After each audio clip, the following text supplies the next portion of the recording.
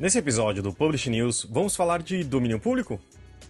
Todo ano, um grupo de autores e autoras tem suas obras liberadas de direitos patrimoniais e entram no domínio público. Desde 1º de janeiro de 2024, entre outros autores, um nome fundamental da literatura brasileira passou a se encaixar na situação: Graciliano Ramos. Um levantamento do tradutor Daniel Dago e do jornal O Globo apontou que pelo menos 15 editoras estão trabalhando com a obra de Graciliano agora que ela entrou em domínio público. Esse podcast é um oferecimento da MVB Brasil, empresa que traz soluções em tecnologia para o mercado do livro. Além da MetaBooks, reconhecida plataforma de metadados, a MVB oferece para o mercado brasileiro o único serviço de EDI exclusivo para o negócio do livro. Com a PubNet, o seu processo de pedidos ganha mais eficiência. E já ouviu falar em POD, impressão sob demanda? Nossos parceiros da Livro são referência dessa tecnologia no Brasil, que permite vender primeiro e imprimir depois, reduzindo custos com estoque, armazenamento e distribuição. Com o POD da Livro, você disponibiliza 100% do seu catálogo, sem perder nenhuma venda. E também com o apoio da CBL. A Câmara Brasileira do Livro representa editores, livreiros, distribuidores e demais profissionais do setor, e atua para promover o acesso ao livro e a democratização da leitura no Brasil.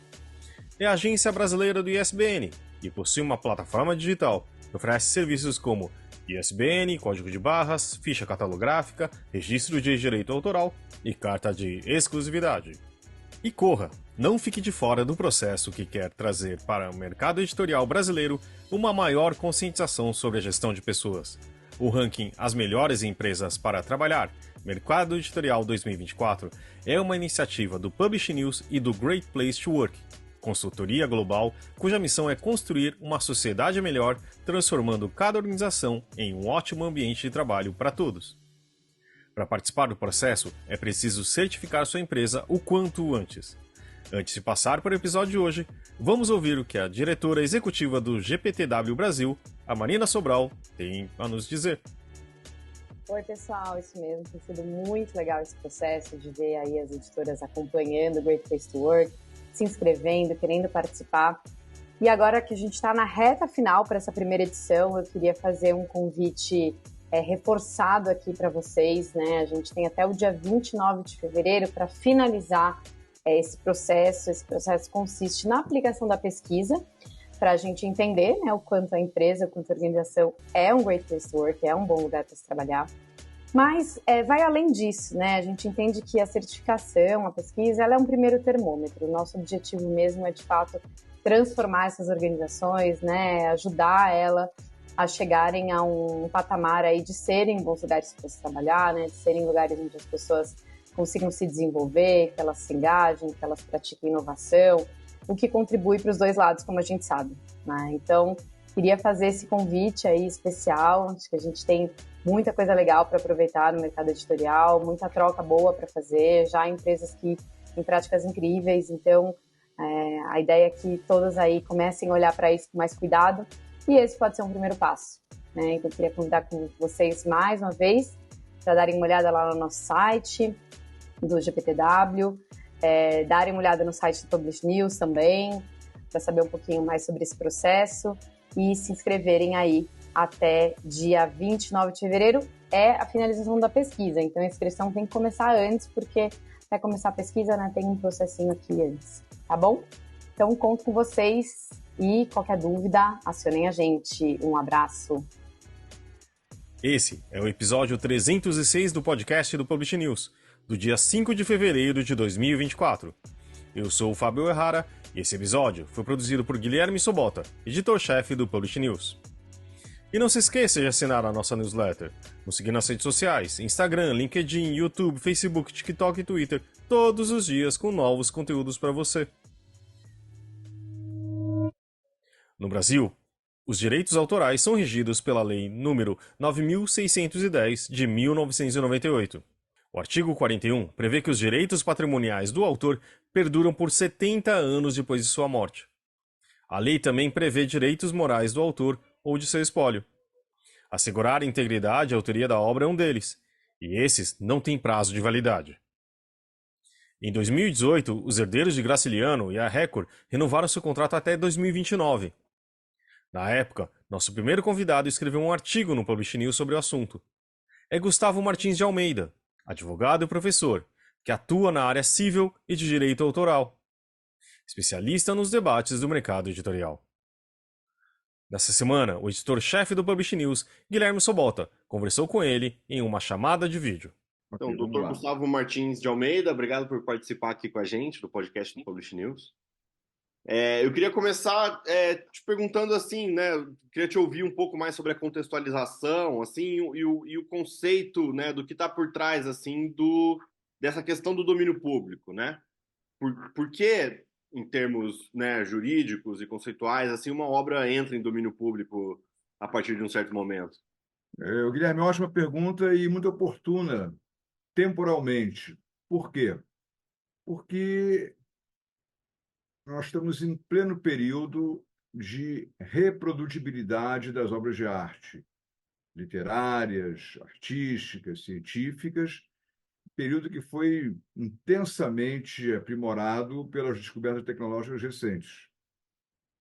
Segundo ponto, o direito entende essa ciência do grupo social mundial que as pessoas nascem e aprendem com os conceitos já existentes no mundo a formar a sua bagagem de conhecimentos que é temperada pelo seu modo próprio de ver a vida. Artistas, escritores, escultores, pintores.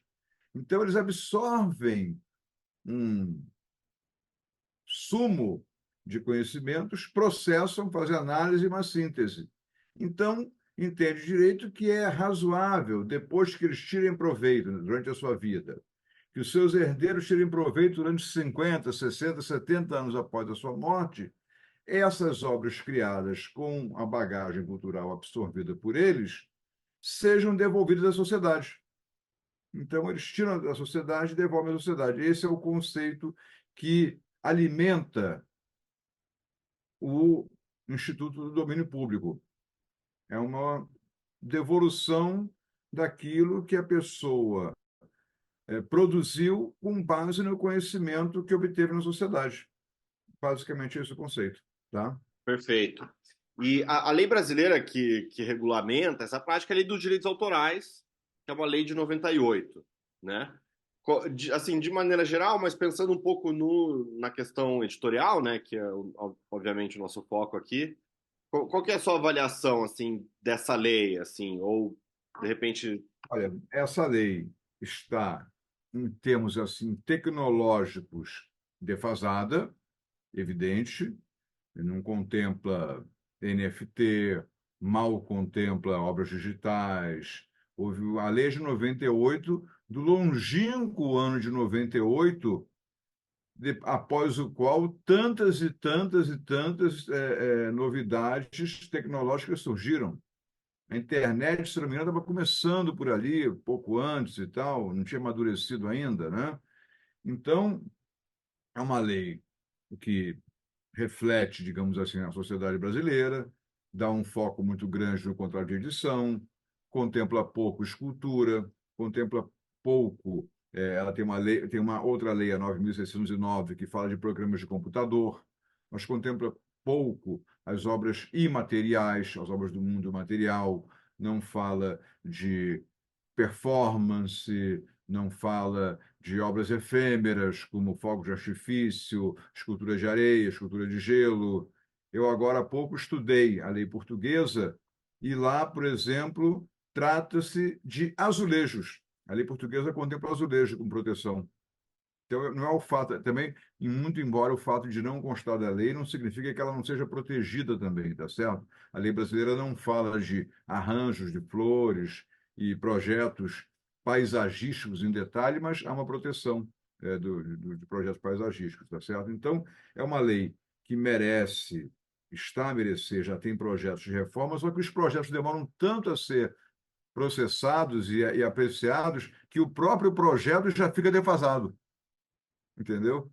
Então, voltando aqui ao ponto, essa lei estabelece o domínio público, que pode ser para 70 anos após a morte do autor, para obras literárias, né? Ela contempla, então, essa possibilidade de domínio, aspas, privado pela família e pelo herdeiro antes disso, e pelo autor antes disso, durante um certo período, e depois, então, a sociedade pode aproveitar patrimonialmente, isto é, editar um livro, como é o caso recente do Graciliano Ramos, porém, esse direito de proveito econômico da obra, que é o chamado direito patrimonial, que está vinculado basicamente à reprodutibilidade da obra, ele não pode afetar os chamados direitos morais, que são integridade da obra,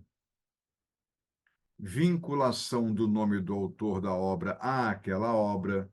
Então, eu não posso alterar o conteúdo da obra, dando um final novo a um livro do Graciliano Ramos. Eu não posso publicar como meu um livro que é dele. Eu não posso alterar o conteúdo. Se eu omitir o nome dele, até o Estado pode defender essa ausência de nominação e reivindicar que se atribua o nome correto ao autor daquela obra publicada.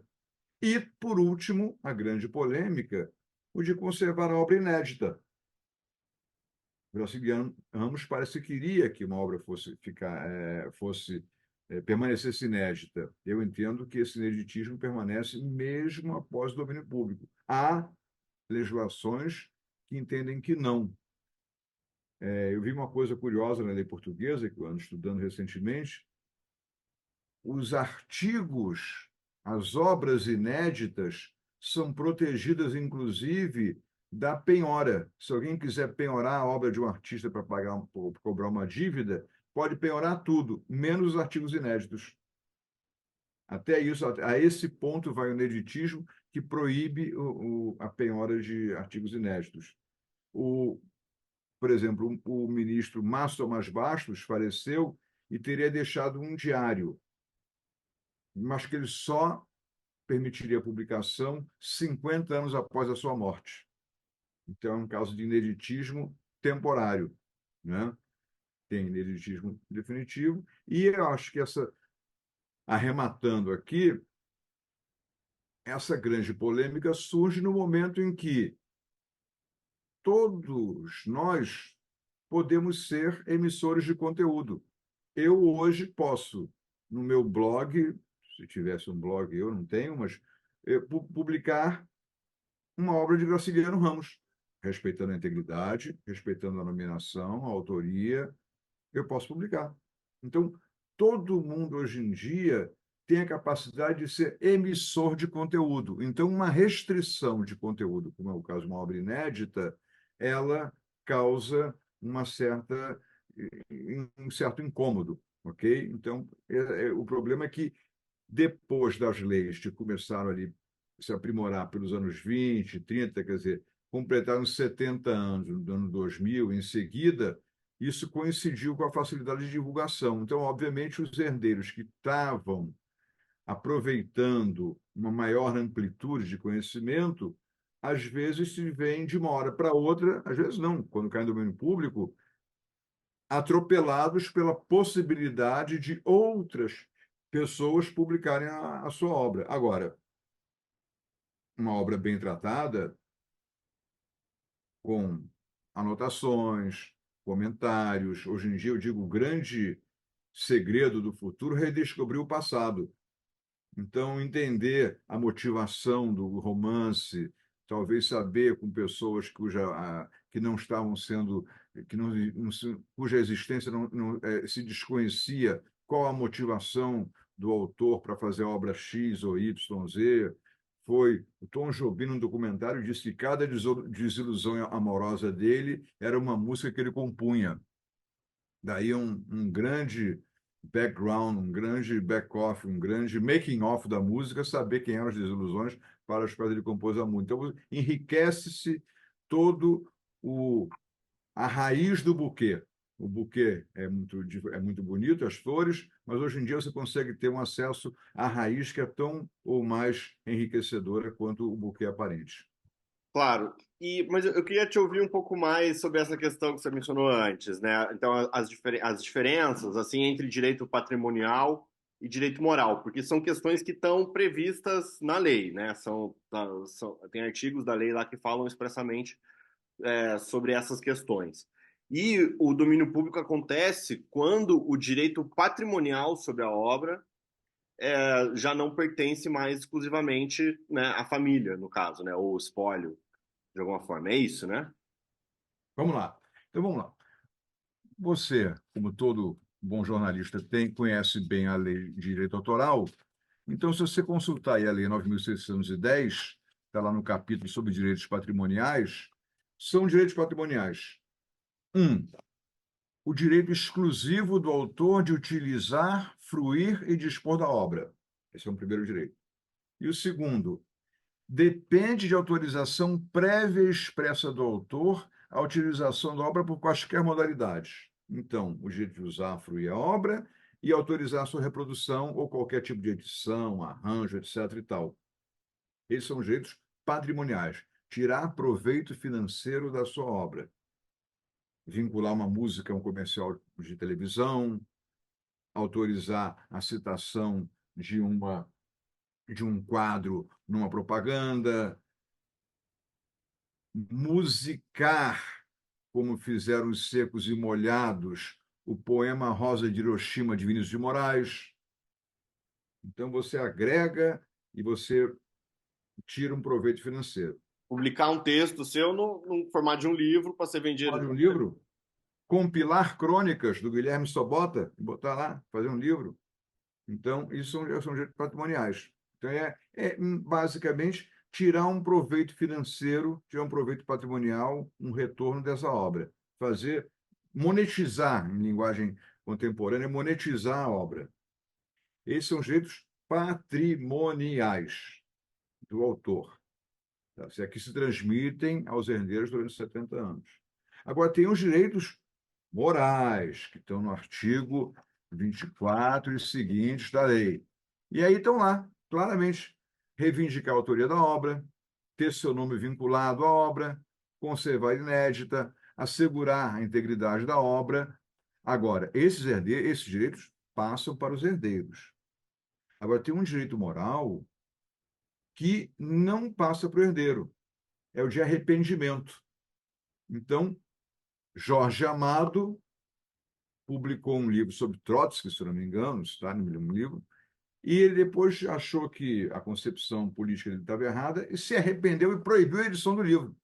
Então não é um direito inédito, é um direito de cancelar um livro que ele já havia publicado. É o direito de arrependimento. Isso aconteceu com Jorge Amado. Pesquisa e você vai achar, tá certo?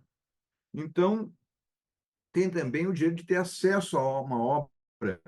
Um escultor tem uma obra que, quando começou sua carreira, ele vendeu para um colecionador que está num castelo secreto e ele quer ter uma documentação da obra que ele não tem, vai fazer um catálogo e raisonner. Ele pode ter acesso à obra para documentar e filmar essa obra.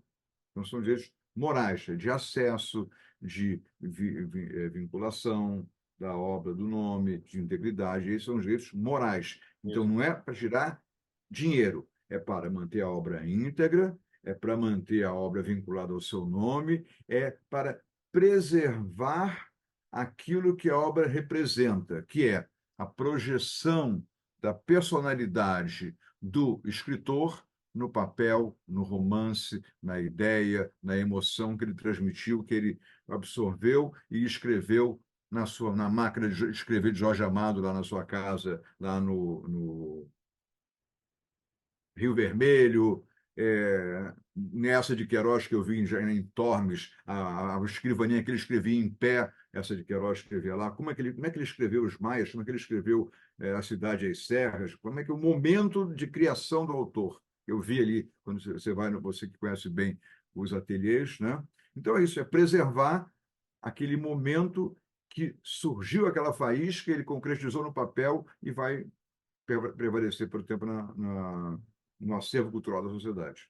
Exato. E esses direitos morais, eles não expiram, digamos assim, né? Não tem um prazo de validade Não, como o direito patrimonial. não. Sempre os Maias será de Eça de Queiroz. Sempre as obras dos grandes clássicos serão atribuídas aos seus autores. Sempre você terá um livro Decameron. Então, você terá sempre um autor do clássico, Ilíada, o que for você achar, o Gonçalves Dias, os poemas, Castro Alves, Proust, Baudelaire, Balzac, está sempre a obra, você saberá que obra é aquela a quem pertence. E também sem querer te botar em saia justa, porque a gente não combinou antes, né? Mas eu queria saber assim, se recentemente a gente tem um histórico de discussão jurídica dessa lei no Brasil, ou seja, litígios assim, né, entre herdeiros e editoras, ou entre, sabe, o espólio de algum autor, assim, algum questionamento assim. Em português muito claro, a polêmica do Graciliano Ramos, o neto dele se incomodou talvez com o fato da lei abruptamente ter que eu digo, o avião é muito rápido, o calendário é muito rápido. Chegou 31 de dezembro de 2023, a partir de amanhã, Graciliano Ramos está no domínio público. Não tem um processo paulatino, olha, só algumas obras, esse ano só um pouquinho, ano que vem só poema. Não, é de uma hora para outra, pim, é um marco temporal certo, definido, né?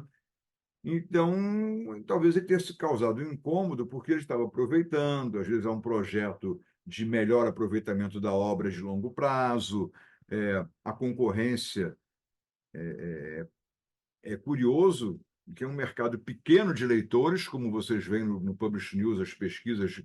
O Brasil tem 30 milhões de leitores, são 15% da população, e uma infinidade de editoras. Eu vejo, eu dou aula em cursos aí, cada dia tem mais cursos de preparação de editores, de autores. Eu vejo aí, você vê aí, o Publish News prepara, tem cursos e outros concorrentes seus. Tem turmas e mais turmas com preparação de editores, escritor para um público pequeno. Então, é um nicho seleto, é um público-alvo qualitativo, mas quantitativamente pequeno. Então, é uma luta muito grande para conquistar esse público, esses bibliófilos, essas pessoas que têm prazer em ler e que, infelizmente, esse prazer cresce verticalmente, né? Eu não vejo um alargamento horizontal da massa leitora, né? Já falei várias vezes, eu ter uma novela em que o ídolo, o protagonista, fosse um grande leitor, um leitor quanto mais, e que tivesse êxito e sucesso, porque acho que aí você consegue. A homeopatia das massas, é conquistar a massa fazendo com que o veneno, aspas, veneno se torne a cura, ou a cura se torne veneno, para inocular o vírus do livro em maior número de telespectadores, digamos assim.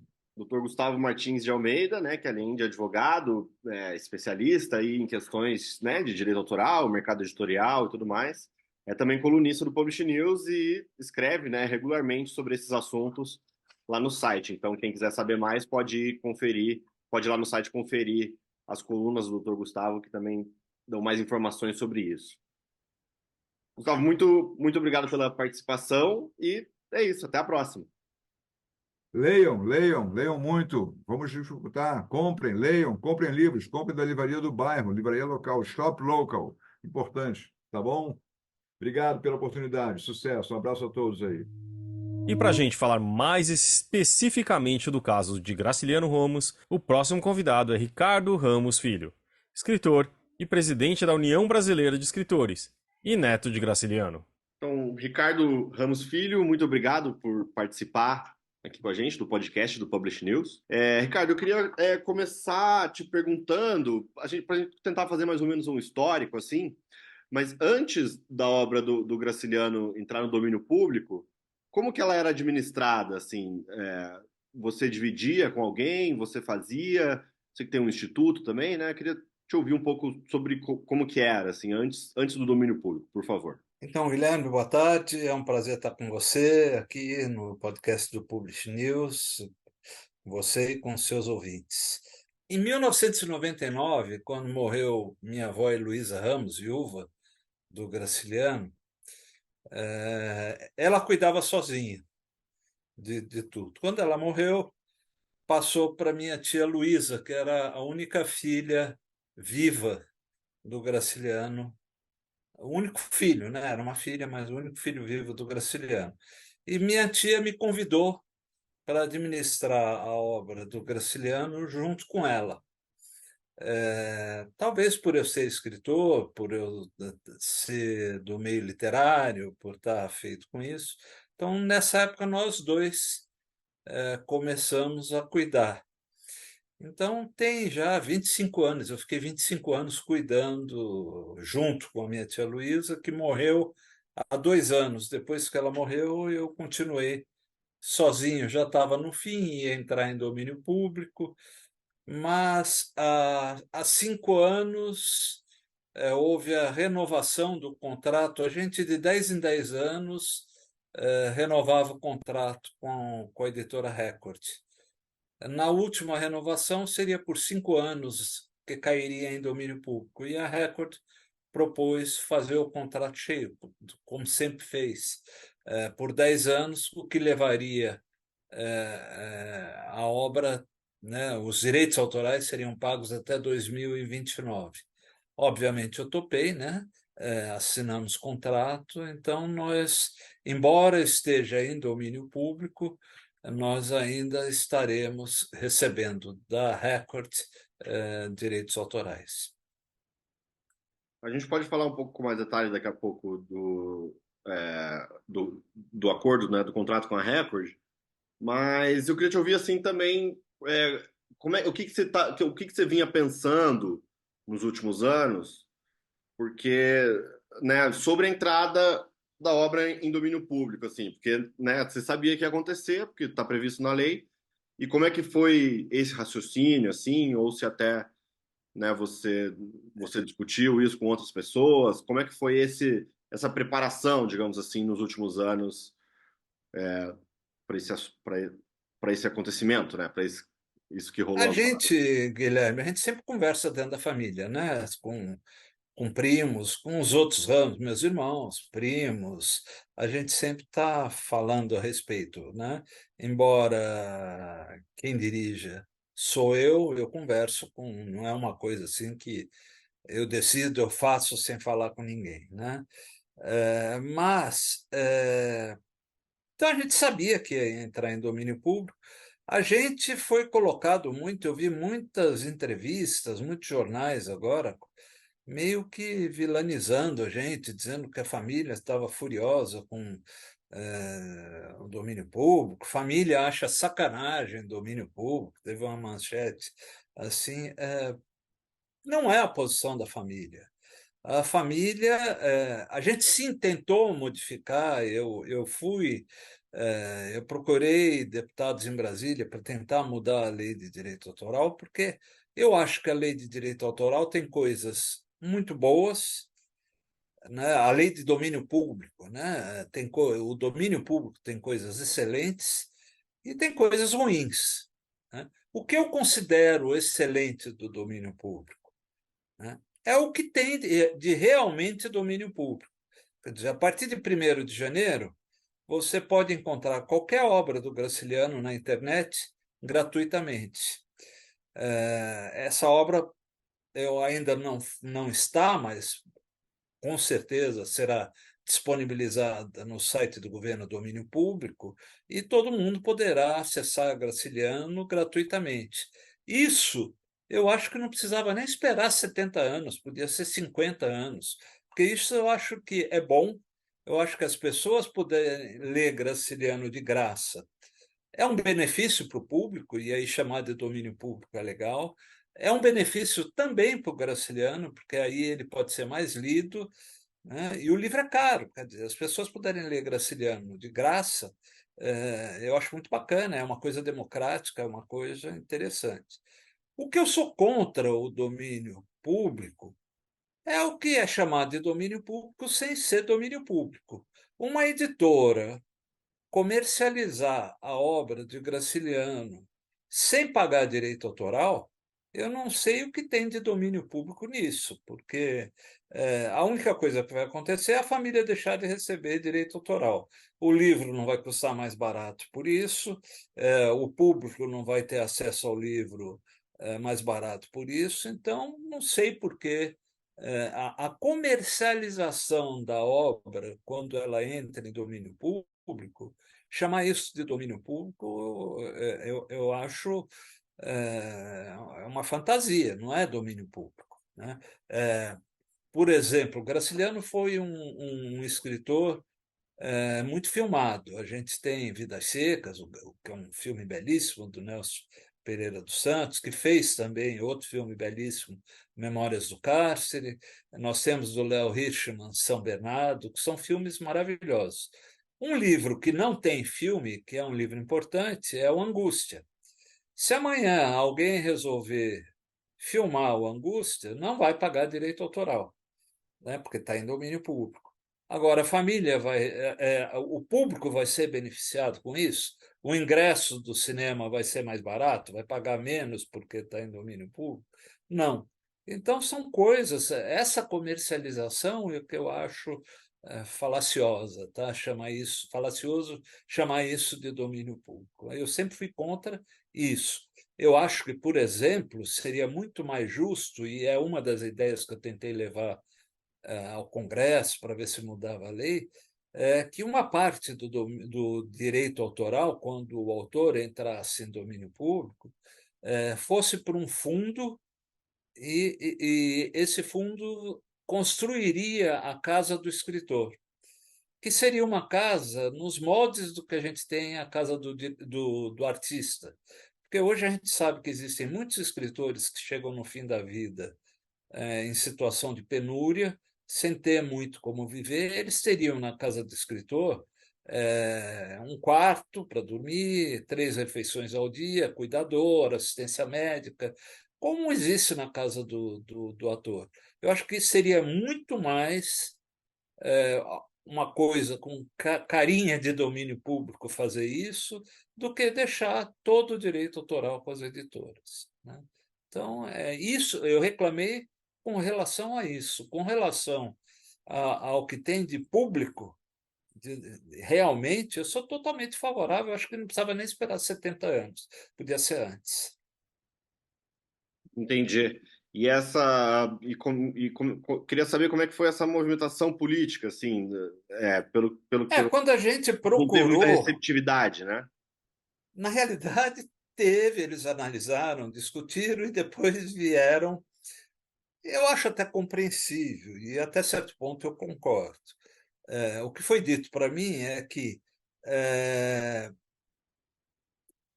lutar contra o domínio público não seria uma pauta de esquerda. E que, se eu quisesse fazer isso, eu deveria procurar alguma legenda de direita que, sem dúvida, eles levariam isso para frente. Eu não tenho interlocução nenhuma com nenhuma legenda de direita, nem quero ter. Então, deixei de lado, deixei de lado. Se não dá para ser desse jeito, se consideram. É claro que, se a gente fala em domínio público e lutar contra o domínio público sem explicar, vai parecer realmente alguma coisa de direita, parece uma pauta mais à direita, mas não era isso, era pelo contrário, era uma coisa no sentido de transformar o domínio público em alguma coisa mais pública do que é, né? E a comercialização da obra certamente não beneficia o público. A lei de direitos autorais, né, que rege essa questão dos direitos patrimoniais, direitos morais e tal, é de 1998.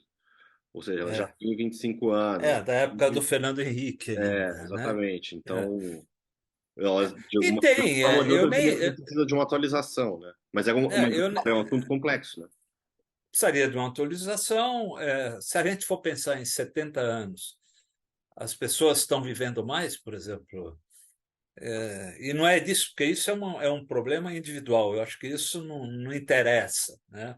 Mas a minha mãe, por exemplo, ela está viva, tem 93 anos e sempre viveu dos direitos autorais do Graciliano. Quer dizer, a partir quando acabar 2029, e ela tem tudo para. Ela está com 93 anos, mas é uma mulher lúcida, saudável, ela tem tudo para estar viva ainda. Ela deixa de receber direito autoral. Então, esses 70 anos talvez estejam precisassem ser atualizados, porque as pessoas estão vivendo mais, né? Se a gente for ver, nos Estados Unidos é 95 anos, no México é 100 anos. Quer dizer, então, a gente está ficando um pouco para trás com relação a isso. Mas voltando então nessa questão do contrato com a Record, né? Você falou que foi uma proposição da editora mesmo, é isso? Isso, Conta pra gente um pouco. Relembra pra gente como é que. Na realidade, quando a gente estava para assinar o contrato, a gente sempre abre uma licitação, né? A gente sempre abria uma licitação para ver ou continuar com a Record ou ver se outra editora oferecia alguma coisa melhor. E a Record sempre, tanto que a gente está com eles desde a década de 70, sempre foi a editora que mostrou mais interesse em publicar Graciliano, tem a obra inteira do Graciliano publicada, e eles queriam muito continuar publicando o Graciliano. E aí ofereceram um contrato de 10 anos, avançando além do domínio público. Aí isso foi imbatível, quer dizer, a gente assinou com eles e temos uma relação, eu particularmente, que sou quem me relaciono com eles, temos uma relação muito boa, a gente conversa muito, a gente procura. Nós, por exemplo, agora vamos publicar o Graciliano Prefeito, são aqueles 2 relatórios do Graciliano que estão no livro Viventes das Alagoas. A gente vai tirar do Viventes das Alagoas e vai publicar em livro separado, com prefácio que, quando a gente declarar, a gente eu não posso ainda dizer de quem que é, mas é um prefácio de um político que vai chamar muita atenção. Quando souberem que esse político fez o prefácio do Graciliano Prefeito, vai ser muito interessante, né? Então a gente está sempre buscando novidades, sempre querendo, trabalhando muito juntos, né? Eles fizeram uma caixinha agora muito bem feita, com os 3 principais romances do Graciliano, São Bernardo, Angústia e Vidas Secas, né? Ficou um trabalho muito bacana. Então, a gente está sempre trabalhando junto, tentando trazer para o público o melhor do Graciliano. Aí agora, isso acho que é importante dizer também, porque está dentro do domínio público, agora nós resolvemos, já que está em domínio público, nós vamos destinar 10% dos direitos autorais, tá, para uma ONG que é a Innocence Project Brasil. É uma ONG que defende presos encarcerados injustamente. A gente acha que isso tem muito a ver com a história do Graciliano, o fato dele ter sido preso em 1936, em março de 1936, e ficado na cadeia até janeiro de 1937, preso sem sequer acusação formal. Ele não tinha um processo que ele pudesse usar para se defender, né? Então, é o cúmulo da injustiça, né? Da prisão injusta. Então, a gente acha que ajudar presos encarcerados injustamente tem tudo a ver com Graciliano. Então, a partir de agora, uma parte desses direitos vão ser doados pelo Instituto Graciliano Ramos para essa ONG. Isso é domínio público, né? Isso é domínio público. Eu não sei se isso já tinha, né, se isso é discutido na assinatura do contrato ou ao longo dos anos, assim, mas em termos de, assim, de planejamento editorial, né, de lançamentos como esses que você falou, mas para os próximos anos, assim, já existe alguma coisa mais ou menos desenhada? Nós estamos sempre pensando. Eu tive uma reunião com eles anteontem, né? Nessa reunião a gente falou de algumas efemérides. Esse ano São Bernardo está fazendo 90 anos, Histórias de Alexandre faz 75 anos. tem o livro do Graciliano Prefeito, a gente está sempre pensando alguma coisa, sempre conversando, né? Eu converso muito diretamente com o editor do Graciliano na Record, que é o Rodrigo Lacerda. Eu estou sempre falando com ele. O nosso contato é muito estreito, é quase que diário, a gente sempre se fala, né? Entendi, bacana. E o que eu queria, para a gente ir finalizando, assim, se você não quiser acrescentar nada depois, mas eu queria te perguntar se você, né, se tem alguma intenção, algum plano, assim, de tomar, de repente, sabe, alguma medida judicial, alguma iniciativa nesse sentido, assim, como é que você está se sentindo Eu em tô, eu relação? tô, eu tô muito chateado, né? Talvez você seja essa a intenção da pergunta, né? O Graciliano, se você quiser, eu leio. Eu tenho trecho aqui na minha frente. O Graciliano deixou, e está documentado nesse livro, Graciliano, Retrato Fragmentado, que é um livro de memórias do meu pai. Um Graciliano, pouco antes de morrer, chamou meu pai e disse o que ele queria que fosse publicado e o que ele não queria que fosse publicado. E ele foi muito explícito em dizer: não publique o que eu deixei escrito com pseudônimo e principalmente o que eu deixei escrito em forma de poesia. Ele até diz: a poesia minha é tudo uma desgraça, né? Então, não publique. E a primeira coisa que aconteceu, assim que ele entrou em domínio público, foi uma editora, que eu não vou falar para não fazer propaganda dela, publicar um livro infantil, assinado por J. Calisto, que era um pseudônimo do Graciliano, um poema infantil. Quer dizer, duplamente desobedecendo o que o Graciliano queria, né? Organizado por um pesquisador, né, que se diz estudioso de Graciliano, e realmente é, mas que ele pode estudar muito Graciliano, mas ele não respeita Graciliano, porque se respeitasse Graciliano, obedecia à vontade dele, né? Eu pensei, eu estou vendo, eu teria, sim, argumentos para mover uma ação contra a editora, mas eu estou pensando, porque eu acho que se eu mover ação contra essa editora, eu vou estar fazendo propaganda para esse livro, né? E eu acho que se a gente não falar, isso vai morrer sozinho, né? Porque uma das coisas que eu tenho também com relação à Editora Record, que eu acho que é muito legal, é assim: a Editora Record não é uma editora que, como as editoras que agora vão se aproveitar do domínio público de Graciliano, publica os livros que fazem mais sucesso de Graciliano.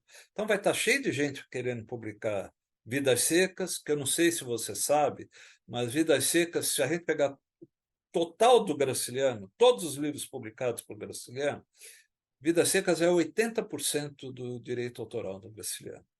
Todo o resto, São Bernardo, Angústia, Caeté, Memórias do Cárcere, Infância, Insônia, tudo isso dá 20% de direito autoral, né? Então é lógico que as editoras vão querer publicar Vidas Secas, vão querer publicar São Bernardo.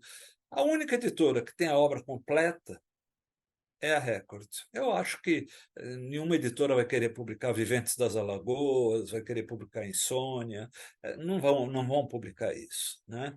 Então, a obra completa de Graciliano está na editora Record e com uma vantagem: é que nenhuma editora, isso eu tenho certeza, porque eu sou autor, eu tenho um livro meu publicado na Record também, e livro meu você acha em qualquer livraria de qualquer lugar do país.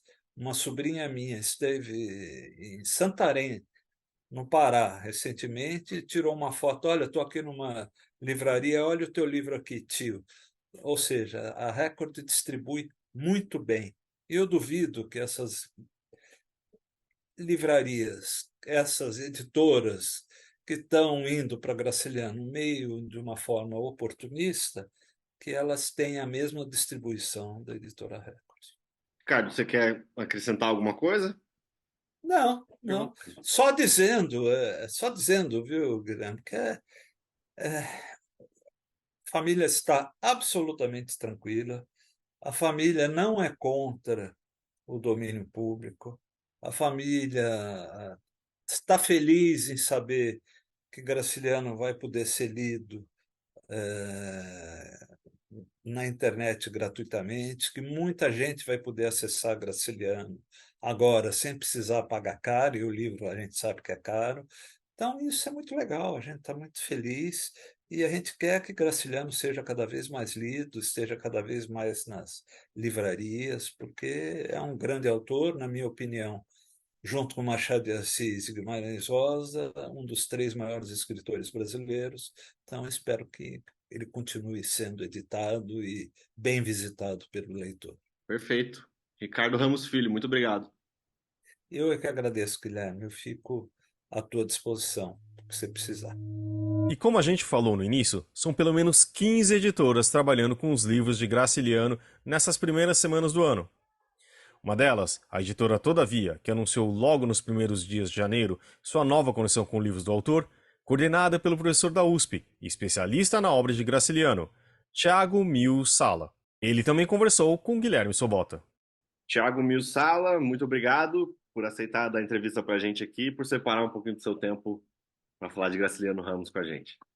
Eu que agradeço, Guilherme, agradeço também aos ouvintes, enfim, espectadores aqui do Publish News.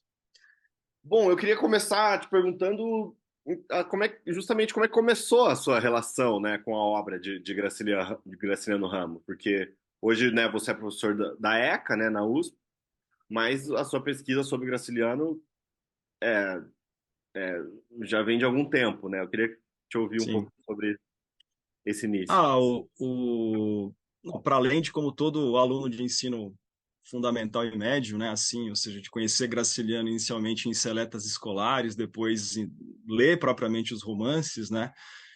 Quando eu ingressei na Universidade de São Paulo e comecei a me interessar por pesquisa e, sobretudo, por arquivos, né? E aqui na Universidade de São Paulo a gente tem realmente um privilégio enorme de contar com o Instituto de Estudos Brasileiros, e também com a Biblioteca Brasiliana, a Gita José Mille, enfim, se a gente pensar nessas instituições, sobretudo, né, a gente tem ali um patrimônio guardado assim incomensurável, né? E eu tomei contato com o arquivo do Graciliano, com o acervo dele, né? E eu consegui juntar 2 pontos, que é o interesse acadêmico por pesquisa e também uma oportunidade de pesquisa, porque enfim, consultando o arquivo, né, me debruçando sobre ele, logo de cara você identifica material inédito, você identifica possibilidades assim de estudar um autor tão estudado, né? Então, assim, acho que enveredando, considerando esse gosto pessoal, interesse pela pesquisa e a oferta que a Universidade de São Paulo proporciona, né, de ter esses arquivos aqui abertos à consulta do público, né, eu como simples aluno de graduação, enfim, acho que somando tudo isso, acho que vem essa trajetória, ela começou a ser construída há 20 anos, né, e desde então foram livros, assim, posso contar que 6 livros publicados sobre o Graciliano, com textos do Graciliano e sobre o Graciliano, né, se eu pegar primeiramente Garranchos, em que tem 12, é um livro de 2012, né, em que tem mais de 80 textos inéditos do Graciliano recolhidos nesse livro.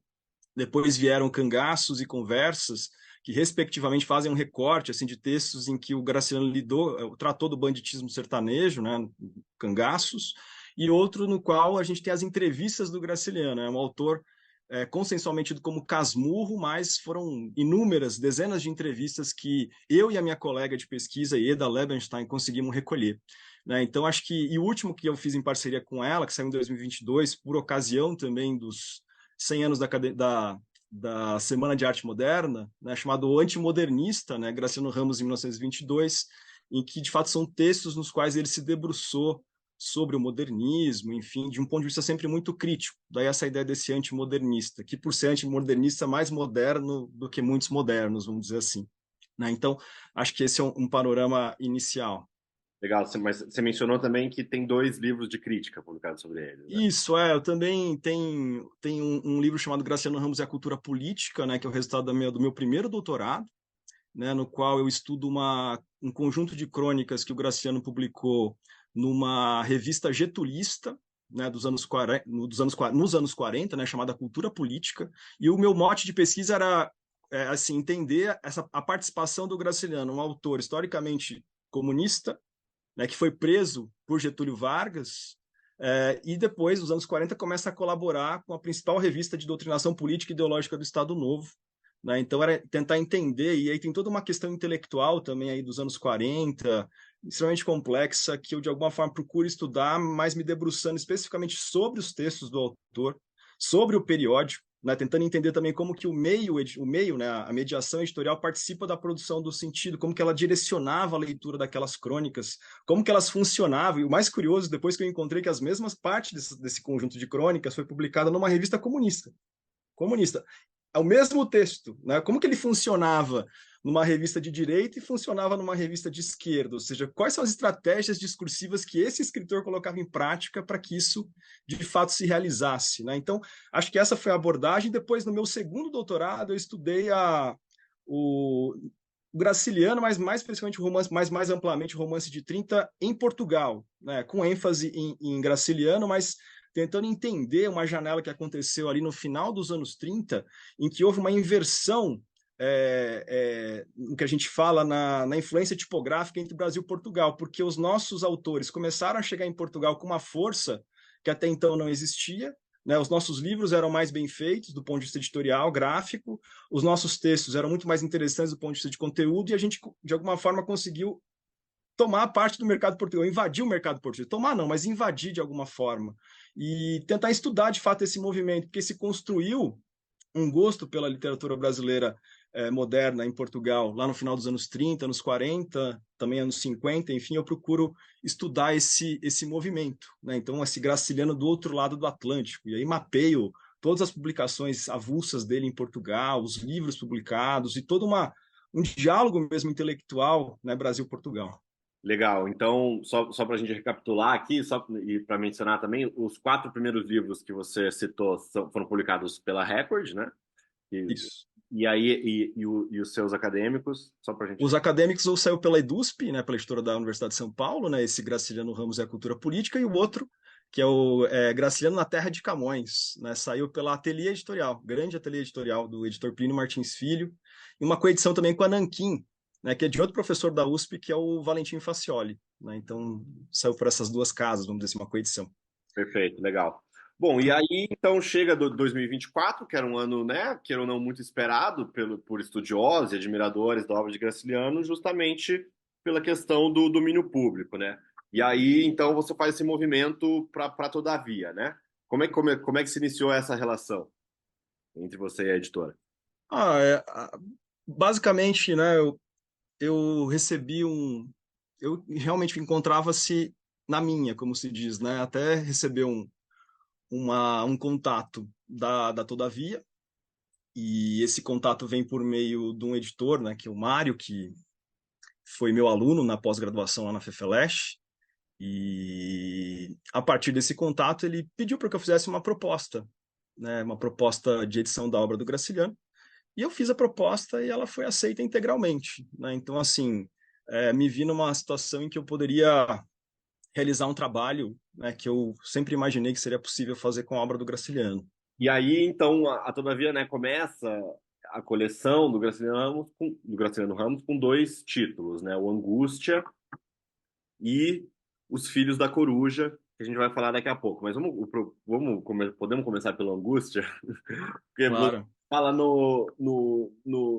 na apresentação aqui, né, que talvez seja o livro mais ambicioso do Graciliano Ramos, né? O que esse livro tem de diferente, digamos assim, em relação à obra? Em relação à obra do Graciliano, porque o Angústia... Porque o Angústia com certeza é um dos mais conhecidos, né? Mas eu acho que talvez o Vidas Secas seja mais, e o São Bernardo talvez seja mais parecido com o Vidas Secas, né?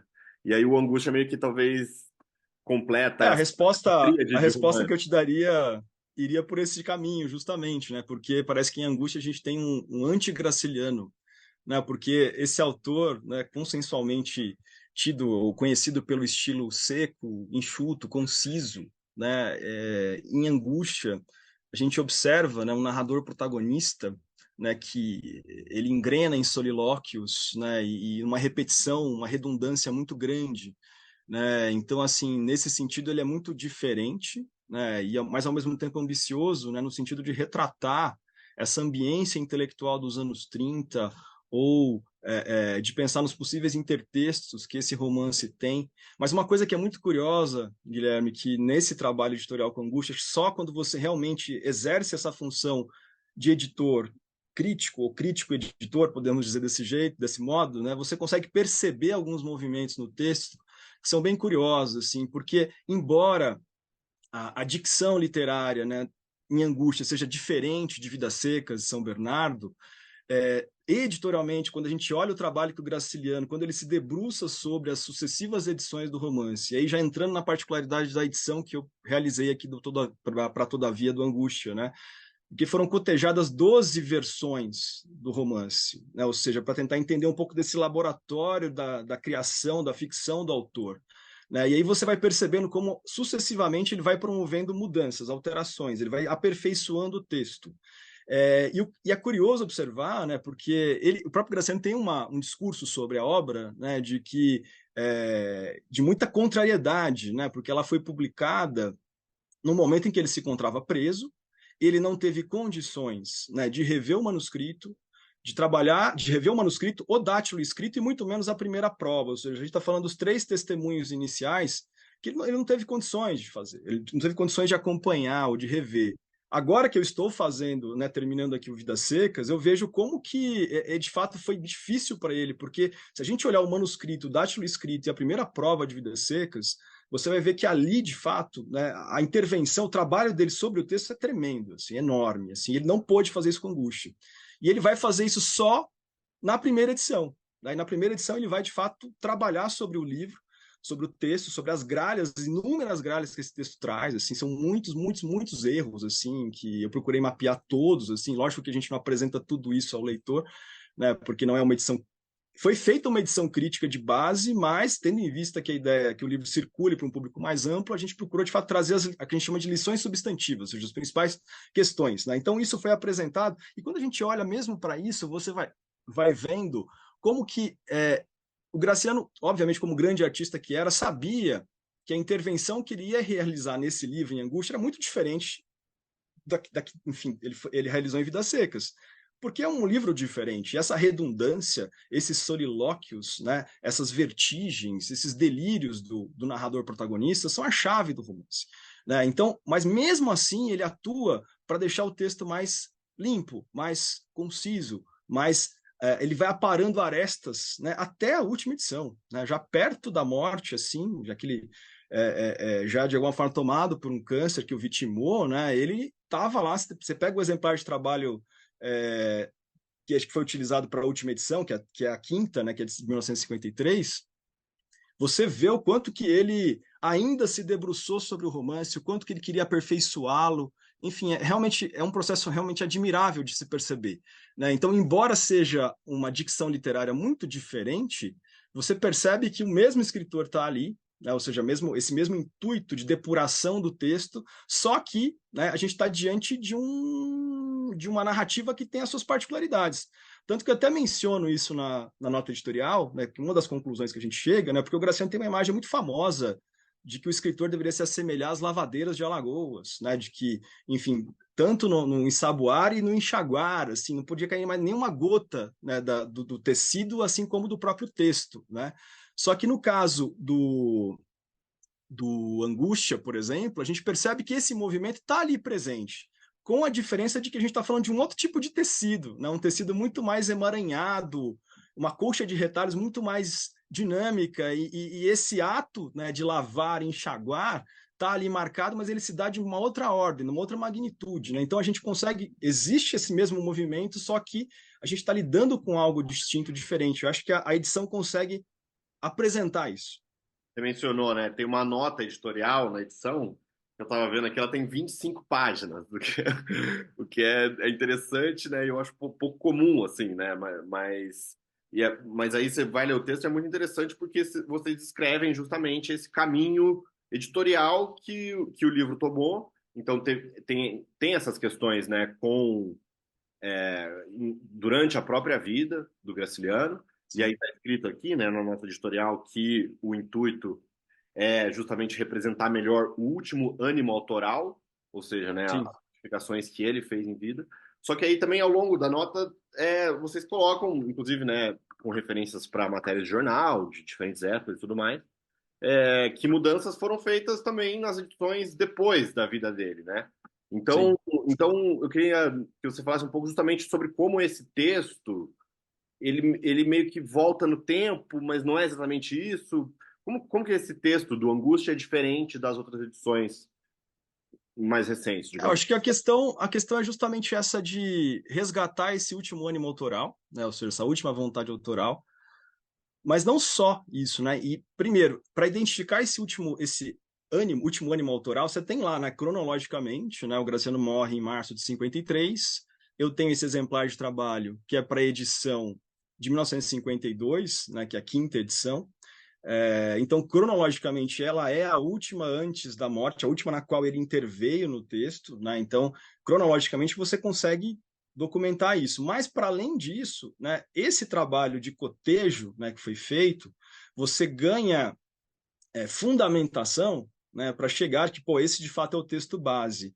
E esse texto base está em diálogo com os outros. Então, por exemplo, se você pegar a edição mesmo, a de 52, né, porque o nosso texto base é o exemplar de trabalho da quarta edição que ele usou para fazer a quinta. Não é a quinta edição propriamente dita, que é a última em vida dele. Né, porque existem descompassos entre esse exemplar de trabalho e a edição publicada, o que é normal no processo editorial. Né? Ou seja, gralhas aparecem, né? Existem problemas, enfim. Então, a ideia nossa, né, foi justamente restituir esse texto. Né? Então, acho que nesse sentido ela se diferencia. Né? Então, é um pouco por aí. Né? Entendi. Legal. E o outro livro que está disponível também já, né, pela Todavia, é um livro inédito, né, justamente, Os Filhos da Coruja. Explica pra gente como é que surge esse livro. Então, Os Filhos da Coruja, ele vem de um manuscrito que se encontra num arquivo público, né, no Instituto de Estudos Brasileiros. Está lá disponível para qualquer pesquisador. Estava lá, está disponível. Se você entrar lá na base de dados, procurar Filhos da Coruja, você vai encontrar um número de tombo e você pode consultar o documento. Ele está lá disponível. Se você olhar, eu não peguei um documento que estava na minha gaveta e publiquei, não. Está no arquivo público. E esse documento, ele estava registrado, Guilherme, como se fosse um manuscrito de terceiros, porque está assinado por J. Calisto. Só que J. Calisto é um célebre pseudônimo do Graciliano, que inclusive, né, já apareceu na obra editada pelo Graciliano, na obra édita, vamos dizer assim, né? Ou seja, em 1962 tem um livro póstumo chamado Linhas Tortas, no qual temos lá mais de uma dezena de crônicas que são assinadas por esse pseudônimo. É um pseudônimo que ele usou nos anos 20. Né? Então, tem esse texto, né? Uma fábula em versos, a moda do La Fontaine, né? E assinada por esse pseudônimo J. Calisto, que é um pseudônimo muito curioso, assim, porque se a gente olhar para o J. Calisto cronista, ele é muito irônico, né? Muito questionador. Né? E se a gente olha para essa fábula propriamente dita, e ele retoma a fábula conhecida como A Águia e o Mocho, que é do La Fontaine. Que eu tenho, basicamente, a história é uma disputa entre essas duas aves, e ela chega a uma espécie de pacto de não agressão, né, em que, por exemplo, a águia, né, promete para a coruja que não mataria os filhotes dela. E aí, mas ela pergunta para a coruja, mas como são os seus filhotes? E aí a coruja, o mocho, né, vai descrevê-los de um modo muito idealizado. Né? E aí, quando a águia, né, vai para a caça, ela se depara com bichinhos muito feiosos, vai lá e trucida os bichinhos. Né? Então, esse é o mote, né, dessa fábula, que depois foi recontada, né, no Brasil, que foi traduzida para o português, foi recontada pelo Justiano José da Rocha, pelo Monteiro Lobato. Monteiro Lobato, inclusive, chega a dizer que essa é a fábula por excelência, né? Inclusive, o termo mãe coruja, né, tem a sua matriz, a sua origem nessa fábula. E aí a gente tem essa leitura graciliana do texto, né, que é muito curiosa, assim, primeiro porque ele abrasileira os termos, né, assim, então a gente pensa, a fábula chama-se Os Filhos da Coruja, e o embate se dá entre a coruja e o gavião, né, e o gavião vive nas alturas, né, ele desce, né, ele entra em contato com a coruja, que tem um voo mais baixo, vamos dizer assim, mais noturno, né, são perspectivas muito diferentes de apreensão do mundo, né, e ele confronta as duas. né? E aí você vê uma postura subserviente da coruja diante do gavião, né? Ela o chama de compadre, né? E tudo mais. E aí tem essa questão de que o gavião ele vem do alto, ele desce porque ele precisa caçar, né? E ele faz menção à seca, faz menção ao Nordeste. E quando ele mostra essa disposição, a coruja fala: mas por favor, né? Não ataque. Eu tenho 3 filhos de coruja que estão aqui no oco de uma árvore, não sei o quê. E ela começa a idealizá-los também, a mesma morte. E o gavião vai lá e trucida os 3 filhotes, porque, obviamente, a descrição não batia, né? E então tem uma semelhança muito grande, com uma diferença, né? Se a gente olha para o final, né? Porque toda fábula a gente tem a moral aquela o que a gente chama de epimítio, né? Que é essa parte final, em que você se depara uma moral não moralista, né? O Graciliano, tanto que eu até tenho um ensaio, né? Porque todavia, por se tratar um livro voltado a um público infanto-juvenil, enfim, você não tem espaço material na obra para apresentação do texto, né? Então tem um QR Code que remete para esse ensaio, inclusive eu faço uma ponte com o próprio Paulo Freire, porque o Graciliano, ele de alguma forma, ele advoga em prol de que devemos nos reconhecer como corujas, devemos reconhecer todas as violências e expropriações a que estamos sujeitos, estamos vítimas, para que de fato tenhamos força para lutar com os gaviões que estão por aí. Então, realmente tem uma mensagem muito libertadora nesse sentido. Legal. Né? Ou seja, então é um texto escrito sob pseudônimo nos anos 20, aparentemente um destinatário mais restrito, mas que traz uma abordagem muito conectada com o conjunto da obra do autor, e ao mesmo tempo, né, e eu fiquei muito feliz em editar esse texto também, lidar com esse texto, porque é uma coisa muito recente.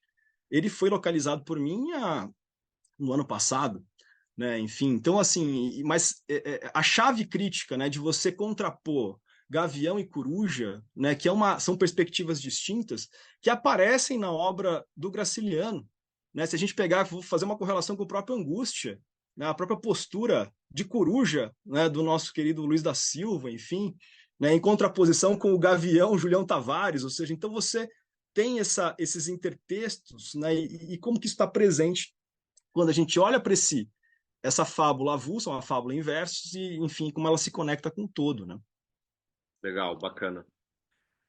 Tiago, só para a gente concluir, então, queria ver se você concorda com isso que eu falei antes, que era um momento o momento de domínio público era um momento esperado por pesquisadores, admiradores e leitores. Qual que é a tua leitura aí dessas primeiras semanas? O domínio público, né? Eu, como editor, né, professor de editoração, o domínio público ele é de fato uma oportunidade única, né? Ou seja, quando você tem ali, na verdade, tem múltiplas possibilidades que se abrem. Da mesma forma que você vai ter, né, pseudo-editores que vão fazer um trabalho canalha, que vão deturpar o texto, você tem também o contrário. Você tem as possibilidades se abrem, né, de fazer boas edições dos romances, dos livros de memória, né? Ou seja, e a gente está falando de editar, né, um autor, né, e quando a gente pensa em domínio público, né, a gente está falando de um autor que é um grande patrimônio nacional. A gente está falando de questões que são conexas, de interesse público, enfim, que, na verdade, quando a gente pensa em fazer boas edições desse autor e ampliar a obra desse autor também, ou seja, trabalhar nas duas perspectivas, ou seja, o domínio público ele faculta essa possibilidade também, né? Então, e ao mesmo tempo para as editoras investem nesse trabalho, as boas editoras.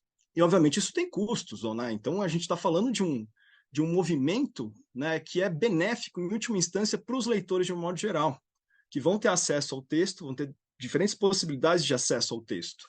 Na verdade, múltiplas, eles vão ter possibilidade de escolha, né? Então, em linhas gerais, o domínio público, por excelência, ele representa esse conjunto de possibilidades, né? Então, eu vejo, obviamente, como algo extremamente benéfico para o autor, para a obra de um modo geral e para a literatura brasileira e universal, né, em linhas gerais, porque a gente está falando do Graciliano Ramos, que é um autor que assim traduzido em múltiplos idiomas e tenho certeza de que esse lugar que ele ocupa, né, com essa expansão desse interesse e das possibilidades que o domínio público abre, acho que isso vai se avolumar ainda mais, né? Então, e o Graciliano ele de fato se tornou muito maior do que ele imaginava que ele poderia ser, né? A gente está falando de um grande intérprete do Brasil, um dos maiores autores da literatura brasileira.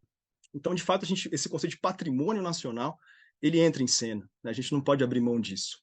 Perfeito. Thiago Milsala, muito obrigado e boa Eu que sorte agradeço. na continuidade do trabalho. Eu que agradeço, Guilherme. Logo mais outros livros vêm por aí. Perfeito. E ainda, Thiago mandou mais um áudio complementando sua fala. Então, Guilherme, a respeito de uma falsa polêmica que tem circulado por aí, depois da publicação do inédito Os Filhos da Coruja, tem sido lido um trecho, né, do livro Graciliano Retrato Fragmentado, do Ricardo Ramos, filho do Graciliano, no qual ele transcreve uma conversa com o pai, né, o Graciliano já ali no leito de morte. Ele diz ao filho que não era para deixar sair nada que ele teria assinado com pseudônimo e poesia nunca, né? Mas é curioso observar que cerca de 10 páginas depois, né, seguindo na leitura do mesmo livro, o próprio Ricardo, né, grande escritor que era, né, já ciente da magnitude, né, que o nome do Graciliano, que a obra do Graciliano atingiu, né, ele vai dizer que se aquela vontade ela era compreensível lá em 1953, quando o Graciliano estava à beira da morte e não tinha ainda uma dimensão do lugar e do estatuto que ele atingiria, né?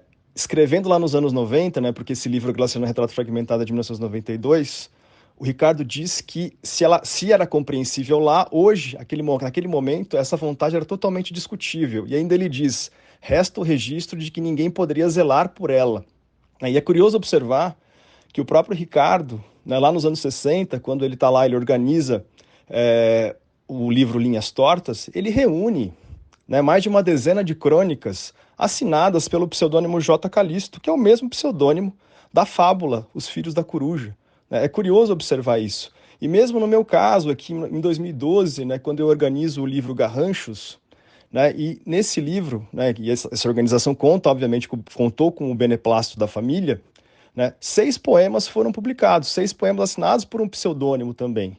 Então, é só para a gente ter essa dimensão, né, de que essa expansão da obra do Graciliano, né, ou seja, é algo totalmente conexo, né, com o interesse público, com esse interesse maior de se compreender cada vez mais esse escritor que é um grande patrimônio nacional. E aqui, dando só um tempinho no nosso programa, vamos falar com Ricardo Costa e no nosso momento MVB Brasil. Tudo bem, Ricardo? Fala, Fábio. Tudo bem? Tudo bem, pessoal? E hoje a gente vai falar de um... hoje? Hoje a gente vai falar, sabe do quê? Do livro mais vendido no Brasil. Entra ano e sai ano, não é sempre assim, Ricardo? É sempre assim. Esse livro é imbatível, não tem jeito, né, Fábio? Só que ele tem características muito próprias, né, também. É o mesmo livro, só que não é o mesmo livro, né? Não é tipo... E qual que é, afinal? Parece, mas não é. É a Bíblia, né? A Bíblia é o livro mais vendido todos os anos, né? Qualquer livro mais vendido é sempre o segundo, né? É isso? Exatamente, exatamente. E a Bíblia tem uma série de características aí de desenho, de formato, de tradução, assim, imensa, infinito, né? Uhum. Eu até uso muito a Bíblia quando a gente está dando curso de metadados e vai falar sobre ISBN, e acredite, ainda algumas pessoas ainda não dão o devido valor, acham que não precisa ter ISBN e tal. E aí a gente mostra, né? Eu pego a Bíblia como exemplo, a mesma, igualzinho o conteúdo, tem capa azul, capa amarela, capa verde, não sei o quê, com zíper, sem zíper, protestante, católica, ecumênica, tradução disso, paráfrase daquilo. Então, é um livro com centenas de características, né? E uma das características importantes da Bíblia para quem usa, né? Para quem produz, para ele passar informação, e para quem procura, quem usa, poder encontrar exatamente a que está realmente procurando, é a tradução que foi feita. Qual tradução foi usada? Existe mais de dezenas de traduções.